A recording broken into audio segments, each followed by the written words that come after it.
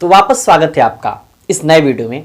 इस वीडियो में हम लोग प्रेरणिक प्रभाव, इंडक्टिव इफेक्ट, लवण सेतु यानी साल्ट ब्रिज और मोल प्रभाज यानी कि मोल फ्रैक्शन के बारे में पढ़ेंगे। ये एग्जाम के पॉइंट ऑफ व्यू से तीनों टॉपिक बहुत ज्यादा इंपॉर्टेंट है। क्वेश्चन कैसे पूछे जाते हैं मैं आपको बताता हूं। प्रेरणिक प्रभाव किसे कहते हैं, लवण सेतु किसे कहते हैं और इसके क्या उपयोग हैं, ऐसे क्वेश्चन पूछे जाते हैं। और मोल प्रभाज किसे कहते हैं। कभी कभी तो सिंपल कहता है कि विलेय का मोल प्रभाज लिखे या विलायक का मोल प्रभाज लिखे। तो चलिए इन तीनों टॉपिक्स को हम कवर करते हैं इस वीडियो में और आपको बताते चलते हैं कि इस चैनल पे बोर्ड एग्जाम के लिए नेम रिएक्शन का पूरा प्लेलिस्ट मौजूद है। लगभग 27 से 28 वीडियोस में है। अगर आप बिहार बोर्ड के स्टूडेंट हैं तो आपको 2009 से 12th क्लास के अगर स्टूडेंट हैं तो 2009 से 2000 लगभग, अगर आज के बाद से मतलब डेट जो जिस दिन ये वीडियो शूट हो रहा है उसके बाद से अगर आप देख रहे हैं तो 2009 से लेकर के 2020 तक हमने क्वेश्चन बैंक का सॉल्यूशन बना दिया। एक एक क्वेश्चन को बारीकी से हमने उसमें डिस्कस किया है और वहां भी आप जाकर के चेकआउट कर सकते हैं। और भी बहुत सारे वीडियो मौजूद हैं चैनल पे, जाकर के चेकआउट कर सकते हैं। और इस वीडियो में हम लोग सबसे पहले प्रेरणिक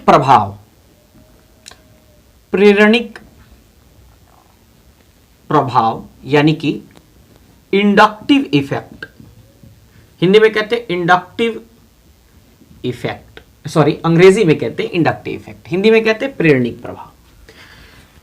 इस टॉपिक के बारे में हम लोगों को पढ़ना है।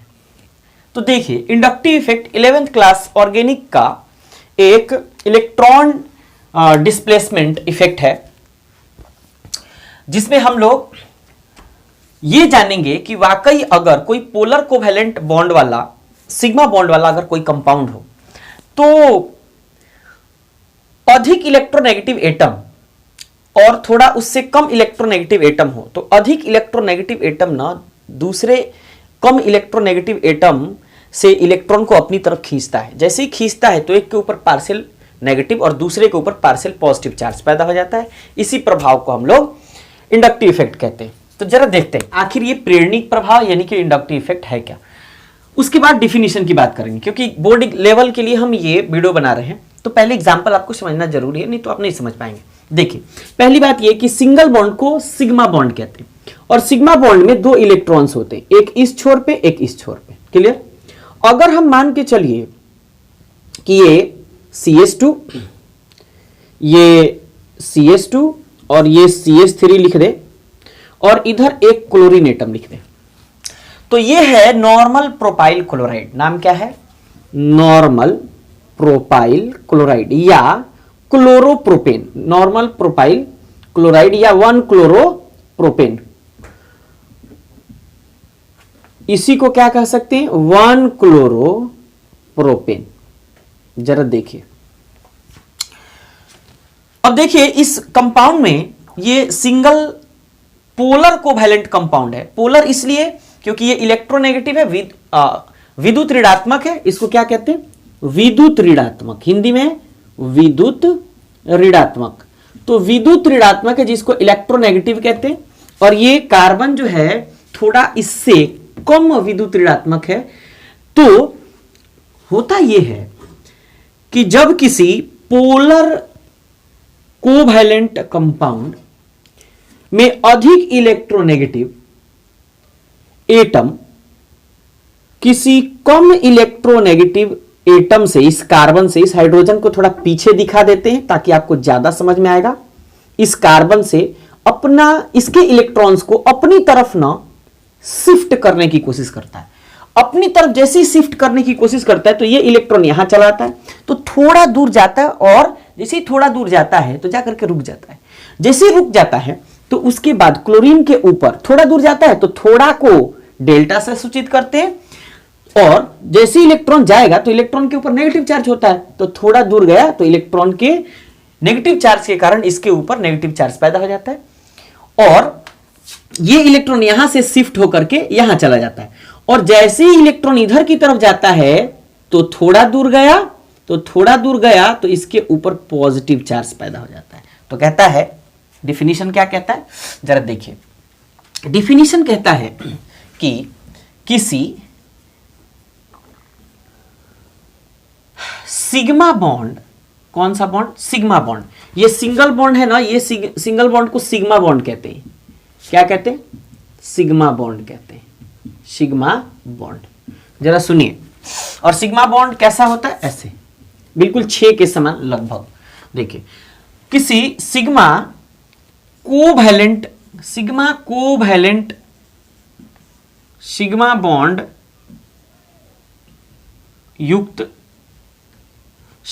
युक्त कोवैलेंट कंपाउंड यानी सहसंयोजी यौगिक में मौजूद अधिक इलेक्ट्रोनेगेटिव विद्युत ऋणात्मक इलेक्ट्रोनेगेटिव एटम कम इलेक्ट्रोनेगेटिव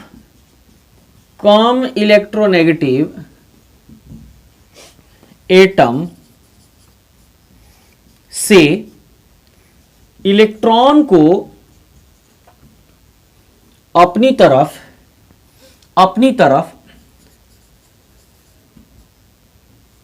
खींचते हैं, जिससे अधिक इलेक्ट्रोनेगेटिव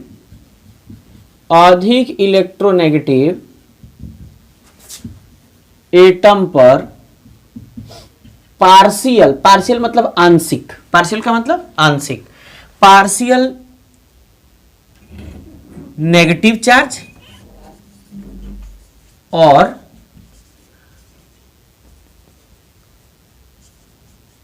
कम electronegative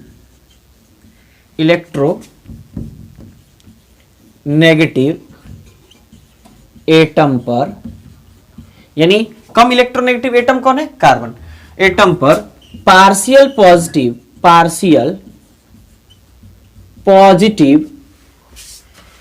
charge. Partial positive charge को आप क्या कहते हैं, पार्शियल नेगेटिव, और कम इलेक्ट्रोनेगेटिव एटम पर पार्शियल पॉजिटिव चार्ज पैदा हो जाता है। इसी प्रभाव को प्रेरणिक प्रभाव, क्या, प्रेरणिक प्रभाव कहा जाता है, प्रेरणिक प्रभाव कहा जाता है। बात क्लियर हो गई। देखिए, कहता है कि किसी सिंगल बॉन्ड युक्त कोवैलेंट कंपाउंड या सिग्मा बॉन्ड युक्त कोवैलेंट कंपाउंड में अधिक विद्युत ऋणात्मक परमाणु कम विद्युत ऋणात्मक परमाणु से अपनी तरफ इलेक्ट्रॉन को शिफ्ट करता है। जैसे इलेक्ट्रॉन को शिफ्ट करता है तो इसके ऊपर पार्शियल नेगेटिव चार्ज, जबकि इसके ऊपर पार्शियल पॉजिटिव चार्ज पैदा हो जाता है, और 2 पोल, कितने पोल, 2 पोल यहां बन रहे हैं, एक पार्शियल नेगेटिव एक पार्शियल पॉजिटिव। तो जैसे ही पार्शियल नेगेटिव और पार्शियल पॉजिटिव चार्ज पैदा हो जाता है तो इलेक्ट्रॉन इंड्यूस हो रहा है, इलेक्ट्रॉन उधर की तरफ शिफ्ट हो रहा है। इसीलिए इस इफेक्ट को हम लोग इंडक्टिव इफेक्ट, इंड्यूस हो रहा है, इलेक्ट्रॉन जा रहा है, शिफ्ट हो रहा है, इसीलिए इंड्यूस होने के कारण इसको इंडक्टिव इफेक्ट कहा जाता है। यानी कि इलेक्ट्रॉन उधर की तरफ जाने के लिए प्रेरित हो रहा है, इसीलिए इस प्रभाव को प्रेरणिक प्रभाव कहा जाता है। याद रखिएगा, ये अगर 2 नंबर का सवाल पूछता है आपसे तो इतना बहुत है, एक एग्जाम्पल बहुत है। अब जरा थोड़ा सा एडिशनल बातें देखिए, केवल एग्जाम के पर्पस के लिए हम बना रहे हैं अभी। ये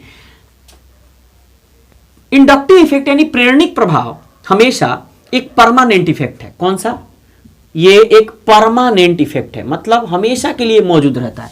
और याद रहे कि ये ना इलेक्ट्रॉन इधर की तरफ जाता है तो इलेक्ट्रॉन जैसे इधर की तरफ शिफ्ट होता है तो उसके जाने को एरो मार्क के द्वारा डिनोट किया जाता है।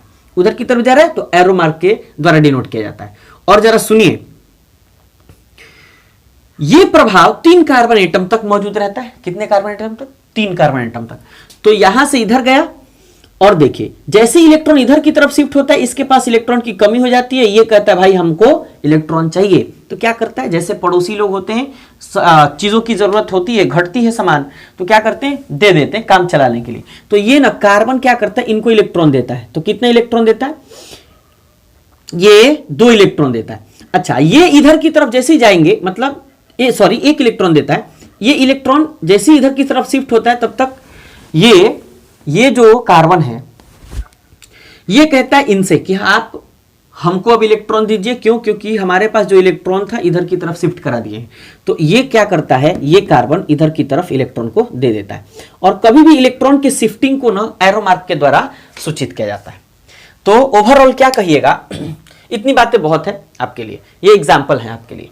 देखिए कहता है किसी सिंगल या सिग्मा बॉन्ड युक्त कोवैलेंट कंपाउंड में मौजूद अधिक इलेक्ट्रोनेगेटिव एटम कम इलेक्ट्रोनेगेटिव एटम से इलेक्ट्रॉन को अपनी तरफ इंड्यूस करते हैं या खींचते हैं, जिससे अधिक इलेक्ट्रोनेगेटिव एटम पर पार्शियल नेगेटिव और कम इलेक्ट्रोनेगेटिव एटम पर पार्शियल पॉजिटिव चार्ज पैदा हो जाता है। इसी प्रभाव को क्या कहा जाता है, प्रेरणिक प्रभाव कहा जाता है। तो ये रहा आपका प्रेरणिक प्रभाव। तो चलिए इसको आप लिख लीजिए, और इसके आगे हम बात करते हैं साल्ट ब्रिज यानी कि लवण सेतु की। तो चलिए आप लिखिए और फिर हम नेक्स्ट टॉपिक की बात करते हैं। लवण सेतु यानी साल्ट ब्रिज को देखते हैं, जो काफी ज्यादा इंपॉर्टेंट है। देखिए कहता है साल्ट ब्रिज क्या है, क्वेश्चन में ऐसे ही पूछा जाता है साल्ट ब्रिज क्या है। तो हम क्या करते हैं आपके लिए एक थोड़ा सा सहूलियत के लिए, समझने के लिए एक हम डेनियल सेल का निर्माण करते हैं। तो इसमें हम एक ऐसा रॉड रखते हैं जो जिंक धातु का हो, और इसमें एक ऐसा रॉड रखते हैं जो कॉपर धातु का हो। ये दोनों के दोनों क्या है, इलेक्ट्रोड हैं। ये दोनों के दोनों क्या है, इलेक्ट्रोड हैं, जिससे इस तरीके से एक बैटरी जुड़ी हुई है। इस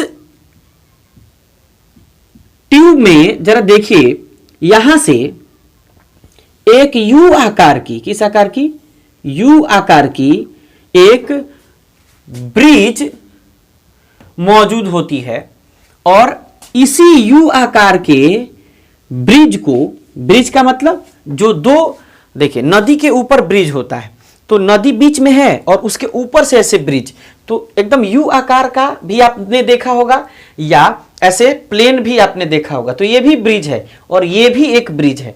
तो यू आकार का ब्रिज इसमें मौजूद रहता है, प्लेन ब्रिज मौजूद नहीं होता है।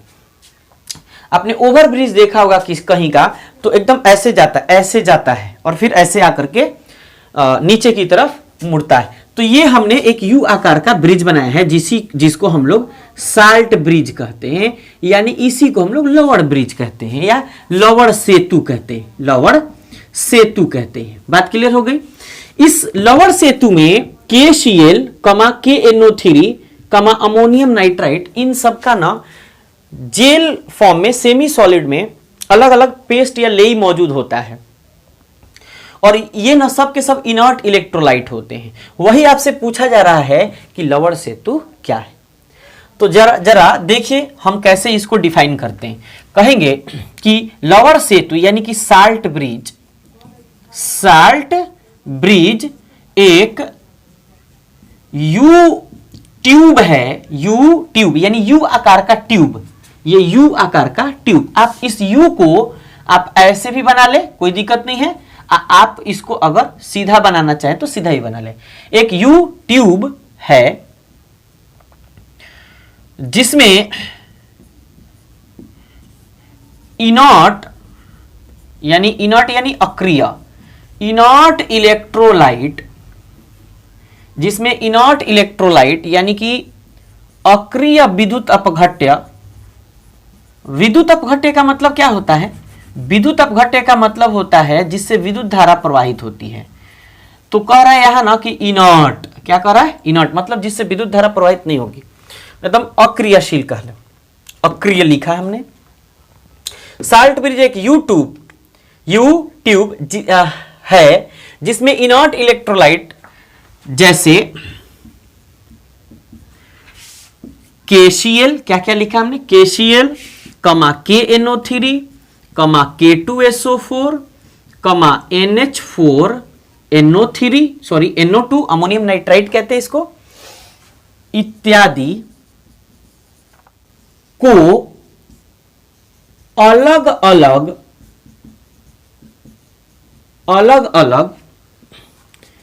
जेल में सेमी सॉलिड यानी कि अर्ध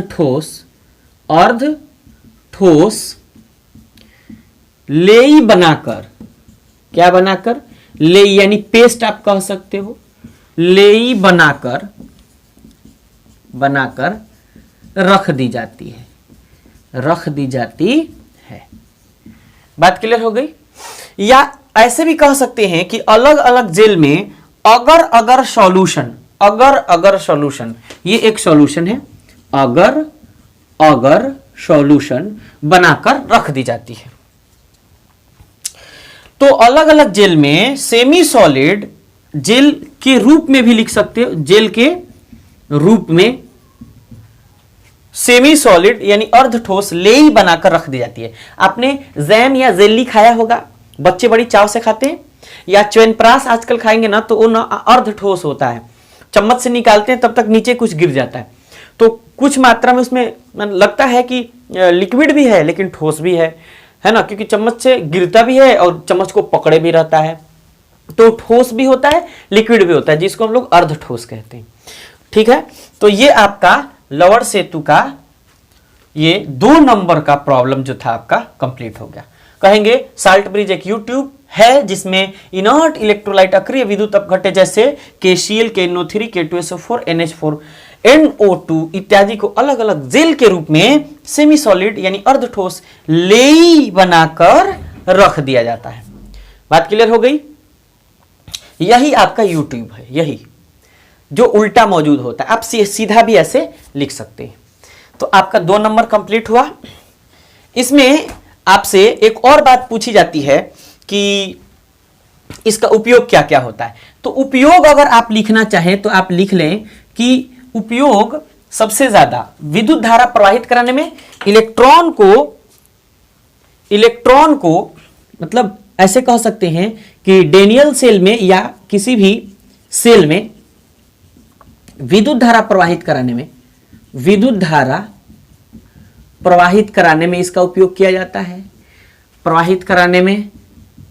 इसका उपयोग किया जाता है। इसके साथ साथ लिक्विड सॉल्यूशन में जंक्शन जितने होते हैं, ये और ये दोनों जंक्शन में इलेक्ट्रोलाइट जितने होते हैं उनको कनेक्ट करने में भी इसका इस्तेमाल किया जाता है ना। कनेक्ट करने में देखिए दोनों एक दूसरे से क्या है, कनेक्ट है। तो 2 एग्जाम्पल बहुत है, 2 नंबर का सवाल ही पूछा जाता है। तो चलिए आप अब इसको लिख लीजिए और फिर आगे बात करते हैं हम मोल फ्रैक्शन यानी कि मोल प्रभाज की। अब हम बात करते हैं मोल प्रभाज, जिसको हिंदी में मोल अंश या मोल भिन्नांक भी कहा जाता है। क्वेश्चन कैसे पूछता है, कहता है मोल प्रभाज किसे कहते हैं। तो सुनिए, अगर एक विलयन है तो एक विलयन में आप बताइए सॉल्यूशन में एक पदार्थ विलेय और दूसरा पदार्थ विलायक होता है। जिस पदार्थ की मात्रा अधिक होती है उसको विलायक और जिस पदार्थ की मात्रा कम होती है उसको विलेय कहते हैं। हिंदी में विलेय को घुल्य भी कहा जाता है और विलायक को घोलक भी कहा जाता है और विलयन को ना घोल कहा जाता है। क्या कहा जाता है? घोल कहा जाता है। आप ऐसे समझ सकते हैं। तो अगर हम एक शरबत बनाते हैं तो चीनी की मात्रा कम होती है या ज्यादा होती है? कम होती है। तो कम होती है तो उसको हम लोग घुल्य या विलेय या अंग्रेजी में सॉल्यूट कहते हैं। क्या कहते हैं? सॉल्यूट कहते हैं। और अगर पानी की मात्रा अधिक होती है तो उसको विलायक यानी बिलवाने वाला और या उसी को घोलक कहते हैं, जिसमें घोला जाता है उसी को घोलक कहते हैं। तो अब मोल प्रभाज है क्या, जरा सुनिए। कहता है ना कि किसी विलयन में मौजूद विलेय के मोलों की संख्या, माने 1 बिलियन है, उसमें कितना मोल विलेय मौजूद है और या कितना मोल विलायक मौजूद है। और बस 2 ही कंडीशन ये वैरी करते हैं कि केवल और केवल मोलों की संख्या आपको मालूम हो जाना चाहिए, मोल फ्रैक्शन आराम से निकल जाएगा।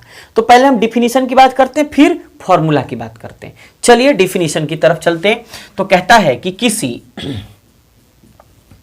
विलियन में यानी सॉल्यूशन में, विलियन में मौजूद विलेय या विलायक, किसी विलियन में मौजूद विलेय या विलायक के मोलों की संख्या, के मोलों की संख्या और उसी विलियन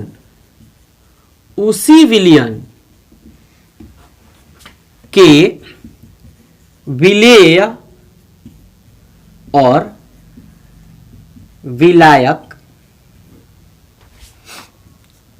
के मोलों की संख्या का योगफल का अनुपात, समझाते हैं अभी, अनुपात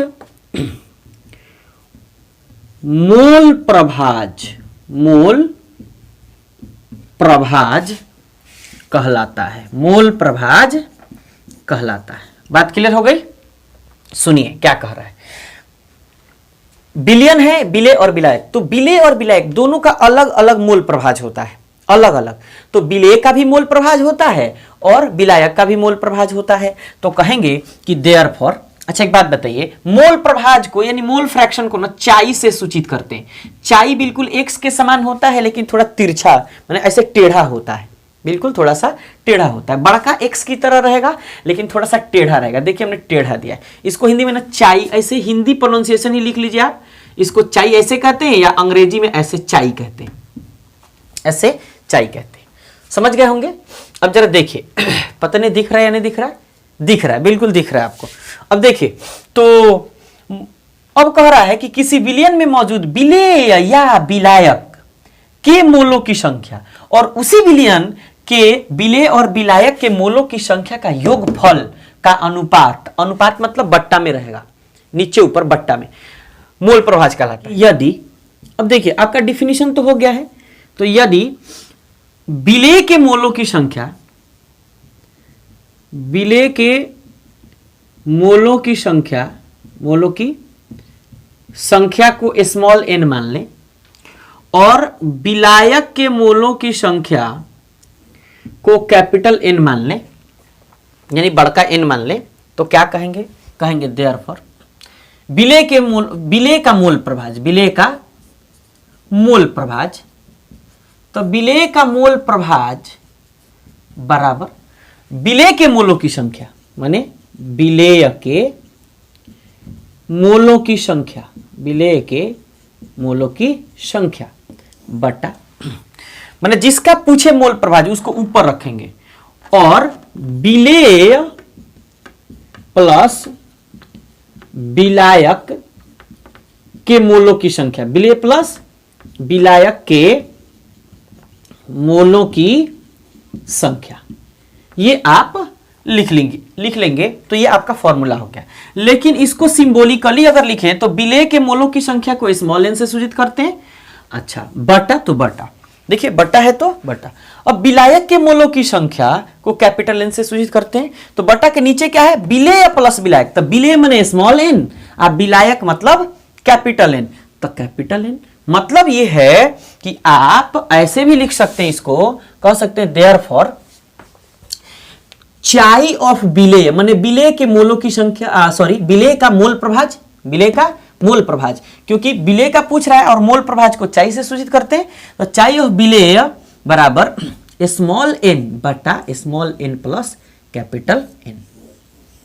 ये आपका शॉर्टकट फॉर्मूला हो गया। बात समझ गए? अब देखिए इसके नीचे कितना जगह है जरा चेक करते हैं। इधर थोड़ा सा जगह है, अगर मान के चलिए यहां थोड़ा जगह है, लिखते हैं। तो अगर आपसे कह दे कि विलेय का तो आपने मोल प्रभाज बता दिया, अब बताइए विलायक का मोल प्रभाज क्या होगा। तो विलायक का मोल प्रभाज बराबर, यहां लिखिएगा इसके नीचे कि अपने कॉपी में कि विलायक का मोल प्रभाज बराबर विलायक के मोलों की संख्या। तो विलायक चाई ऑफ विलायक बराबर क्या कहिएगा, विलायक के मोलों की संख्या। तो विलायक क्या है भाई, कैपिटल एन, यहां देखिए माने हैं कैपिटल एन। अच्छा विलेय प्लस विलायक, तो विलेय माने स्मॉल एन और कैपिटल एन मतलब विलायक। तो विलायक के मोलों की संख्या मतलब चाई ऑफ विलायक बराबर कैपिटल एन बट्टा small N plus capital N, माने बड़का एन बट्टा छोटका एन प्लस बड़का एन। ये दोनों विलेय और विलायक का फॉर्मूला हो गया। ये किसका है, मोल प्रभाज का। नोट आप अपनी कॉपी में एक लिखेगा कि मोल प्रभाज का मान हमेशा 1 के बराबर होता है, 1 से ज्यादा नहीं हो सकता है। तो 1 के बराबर होता है, उसको आप लिख लीजिएगा। ये 2 नंबर का सवाल आपसे पूछा जाता है, आप इसको अपनी नोटबुक में यानी कॉपी में लिखिए, नोट्स खुद बनाइए, इससे आपको ही ज्यादा बेनिफिट होने वाला है। तो चलिए इसके आगे इस वीडियो में शायद हम 3 ही क्वेश्चन डिस्कस करने वाले थे, क्योंकि वीडियो लंबा हो जा रहा है, फिर आप लोग देख नहीं रहे। तो इसलिए चलिए आपको अब बताइए कि ये वीडियो कैसा लगा। एक बार अगर इसको रिपीट करें तो कहेंगे किसी विलियन में मौजूद विलेय और उसी विलियन में मौजूद विलेय और विलायक के मोलों की संख्या का योगफल का अनुपात A बट्टा B यानी कि N बट्टा N प्लस N का अनुपात क्या कहलाता है, मोल प्रभाज कहलाता है। मोल प्रभाज को चाई से सूचित किया जाता है। और ये तो विलेय का मोल प्रभाज का फॉर्मूला हो गया कि विलेय के मोलों की संख्या बट्टा विलेय प्लस विलायक के मोलों की संख्या। और इधर हमने लिखा है विलायक के मोल प्रभाज बराबर विलायक के मोलों की संख्या बट्टा विलायक प्लस विलेय के मोलों की संख्या, यानी विलेय या विलायक जो भी पहले कह लो उसके मोलों की संख्या, दोनों का अनुपात निकलिएगा, हमेशा 1 के बराबर होता है। कितने के बराबर, 1 के बराबर। तो अब बताइए आपको वीडियो कैसा लगा। गेस जो हमने किया है उसका ये तीसरा और चौथा क्वेश्चन था। अब आपको क्या करना है, अपने आप से खुद से थोड़ा सा पूछना है कि आपको कैसा लगा। अगर आपको अच्छा लगा तो आप यस कमेंट करिए, नहीं अच्छा लगा नो कमेंट करिए, और फिर आप बताइए कि अगर नहीं अच्छा लगा तो क्यों नहीं अच्छा लगा, अच्छा लगा तो क्यों अच्छा लगा। ये भी आप थोड़ा कमेंट करके जरूर बताइए, इससे हमको थोड़ी सी हेल्प मिलती है, ताकि हम समझ पाए कि भाई वाकई जो हम समझा पा रहे हैं वो समझ पा रहे हैं या नहीं पा रहे हैं आप। तो चलिए इसके आगे 5वें क्वेश्चन की तरफ फिर से नेक्स्ट वीडियो में बात करेंगे। और अब बताइए कि आपने इस चैनल को सब्सक्राइब किया है या नहीं किया है। अगर आप इस चैनल पे पहली बार आए हैं तो चैनल को सब्सक्राइब करके बेल आइकन को जरूर प्रेस करिए। साथ ही अगर वीडियो अच्छा लगे तो लाइक करिए और अपने दोस्तों को बताइए, शेयर करिए बहुत ज्यादा, जितने आपके पास व्हाट्सएप ग्रुप हैं उन सब में शेयर करिए और बताइए कि इस चैनल पे गेस का सब्जेक्टिव क्वेश्चन का सॉल्यूशन चल रहा है। ऑब्जेक्टिव लगभग हमने कंप्लीट करा दिया है। तो चलिए मिलते हैं नेक्स्ट वीडियो में। Thanks for watching.